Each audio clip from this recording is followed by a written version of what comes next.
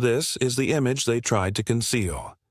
Outside the Canadian Embassy on Pennsylvania Avenue, just 3 blocks from the White House, a line of flagpoles stands starkly empty.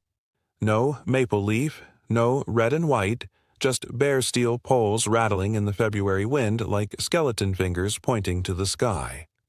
As of 11 a.m. on Monday, February 24, 2026, the Dominion of Canada has officially recalled every single ambassador, consulate, trade attaché, and diplomatic staff from the United States of America. Every single one. For the first time in the 158-year history of the Canadian-American alliance, the longest undefended border in the world has turned into a wall of silence. This is not a symbolic protest. This is a severance. The Trump administration is in full panic mode. Sources inside the West Wing describe the atmosphere as a mix of disbelief and terror. We are witnessing the largest diplomatic withdrawal from the United States since the Iranian hostage crisis in 1979. We're talking about $2.7 billion in daily bilateral trade now hanging by a thread, and 400,000 barrels of Canadian crude oil per day powering American refineries in the Midwest. We're talking about a NATO ally, a Five Eyes intelligence partner, and America's largest trading partner treating the U.S. like a hostile regime. President Trump, already reeling from the Japan bond crisis, collapsing 401k markets, and the Greenland diplomatic disaster, now faces a northern front that no one in his administration saw coming. In this special report, we'll break down what triggered this unprecedented diplomatic rupture. We'll explain the $450 billion trade weapon Canada has just armed. We'll reveal the intelligence-sharing blackout that has the Pentagon scrambling. And we'll answer the most pressing question every American should be asking. What happens when your closest ally decides you're the enemy? Buckle up. The map of the Western world just changed overnight. To understand why Ottawa pulled the trigger this morning, we need to rewind 6 weeks to the tariff escalation that started this chain reaction. Remember the 50% emergency tariff on Canadian lumber, aluminum, and dairy that Trump signed by executive order on January 12th, the one his trade advisor called a negotiation tactic? Canada responded with targeted retaliatory tariffs on $38 billion worth of American agricultural exports, soybeans from Iowa, pork from North Carolina, and corn from Indiana. The Farm Belt hemorrhaged, but Trump doubled down. On February 3rd, he signed a second executive order, imposing a 25% surcharge on Canadian energy imports and, critically, invoking the International Emergency Economic Powers Act, IEEPA, to freeze $14 billion in Canadian government bond holdings in American banks. Here's what you need to understand about the IEEPA. This law is designed for use against hostile foreign nations. Think Iran, North Korea, and Russia after Crimea. It has never, in its 47-year history, been used against a treaty ally. According to leaked cables obtained by the Globe and Mail, Prime Minister Carney received the IEEPA notification at 2 a.m. Ottawa time on February 4th. Sources inside the Privy Council office say he turned to his national security advisor and said 4 words. They've declared economic war. Freezing sovereign bond holdings isn't just a tariff. It's not a trade dispute. Under international law, it's functionally equivalent to the seizure of state assets. It's what the United States did to Afghanistan's central bank reserves after the Taliban takeover. Canada, a G7 democracy, was being treated like a rogue state. The financial plumbing of this crisis goes deeper than most analysts are reporting.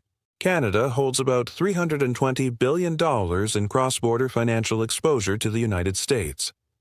We're talking about Canadian pension funds with $89 billion vested in American equities and real estate. The Canada Pension Plan Investment Board, which manages the retirement security of 21 million Canadians, holds $47 billion in U.S. Treasury bonds. 6 of Canada's largest banks maintain $156 billion in American lending operations. When Trump froze those $14 billion in government bonds, he didn't just anger Ottawa, he triggered a systemic risk assessment across the entire Canadian financial system. On February 10th, the Office of the Superintendent of Financial Institutions issued an emergency directive ordering Canadian banks to stress test their American exposure for a full asset freeze scenario. The Bank of Canada quietly began liquidating $8.2 billion in U.S. Treasury holdings over the next 2 weeks. But here's the catch. Nobody was talking about the intelligence dimension. This is where the crisis turns from a trade war into a national security catastrophe. Canada is part of the Five Eyes, the most exclusive intelligence sharing alliance on Earth. The United States, Canada, the United Kingdom, Australia, and New Zealand share raw signals intelligence, satellite imagery, and human intelligence assets in real time. According to sources at Canada's equivalent of the NSA, Ottawa issued a formal suspension of all non-essential intelligence sharing with the United States as of 6 a.m. this morning. That means the joint NORAD early warning systems for Arctic missile defense are now operating under emergency protocols. Canadian radar stations along the distant early warning line, the system that monitors Russian bomber and missile approaches over the North Pole, are no longer feeding data automatically to U.S. Northern Command in Colorado Springs. A senior Pentagon official, speaking on condition of anonymity, told Reuters this morning that this represents, and I quote, the single most dangerous gap in North American continental defense since the Cuban Missile Crisis. Now, let's break down what the trade severance actually means in dollars and cents because the numbers are staggering. The U.S. and Canada conduct $2.7 billion in bilateral trade every day. That's $1.1 trillion or annually. Canada isn't just a trading partner. It's an economic organ, the liver of the American industrial body. Target 1. Energy. Canada supplies 3.9 million barrels of oil per day to the United States, representing 61% of all American crude oil imports. The Keystone Pipeline, Enbridge Line 5, and the Trans Mountain Network feed directly into refineries in Illinois, Texas, and Montana. If Canada imposes an export restriction, gasoline prices in the Midwest could spike $1.40 per gallon within 72 hours. Target 2. Electricity. Canada exports 56 terawatt-hours of hydroelectric power annually to the northeastern United States. States like New York, Vermont, Maine, and Minnesota are critically dependent on Hydro-Quebec and Manitoba Hydro. In the dead of February, with temperatures below zero, a power reduction could lead to a humanitarian emergency. Target 3. Critical minerals. Canada is the primary U.S. source of potash for fertilizer, uranium for nuclear power, and rare earth elements for defense manufacturing. The F-35 fighter jet contains Canadian-sourced components in its avionics systems. The supply chain vulnerability is not theoretical. It's immediate.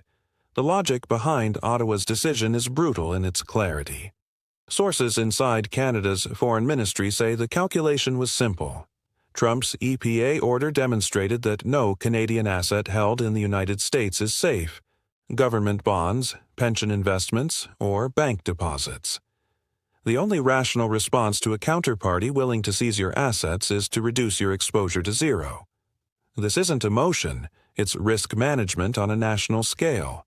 The ambassador recall is Canada's diplomatic expression of a financial de-risking event.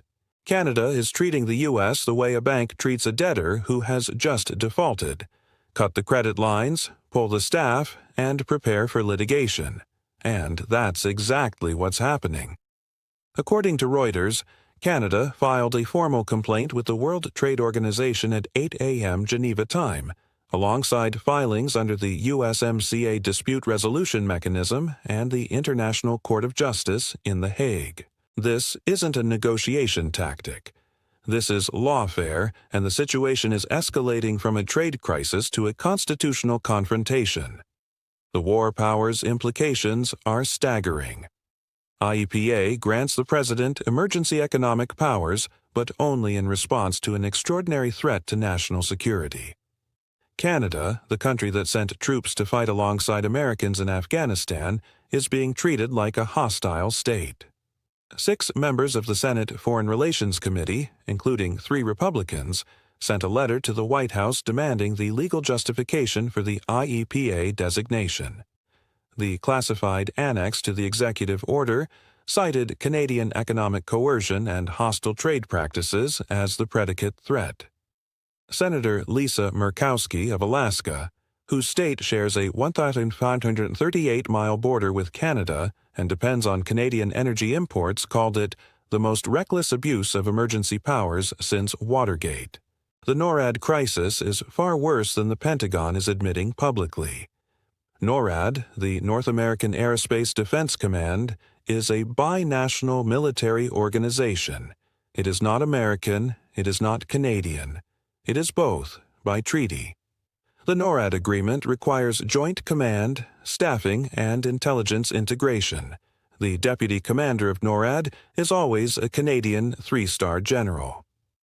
As of this morning, Lieutenant General Mark Gruber has been ordered by Ottawa to return to Canadian Forces Base Trenton. He has not complied. He's reportedly still at Peterson Space Force Base in Colorado, caught between orders from his own government and his obligations to the U.S. military.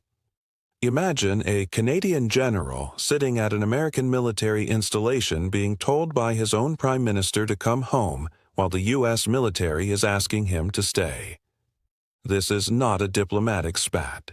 It's a fracture in the command structure of North American defense.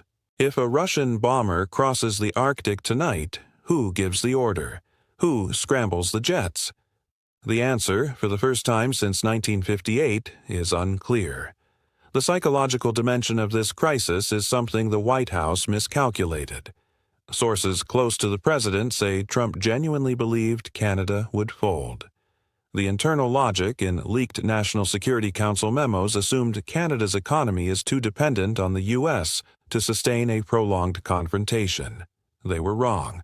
What the White House didn't account for is Canadian nationalism. It's quiet, understated, but ferocious when provoked, especially by American arrogance. The War of 1812.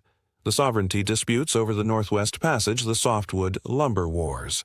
Canadians have a deep, slow-burning resentment of being treated as America's junior partner, and Trump's EPA order lit that fuse.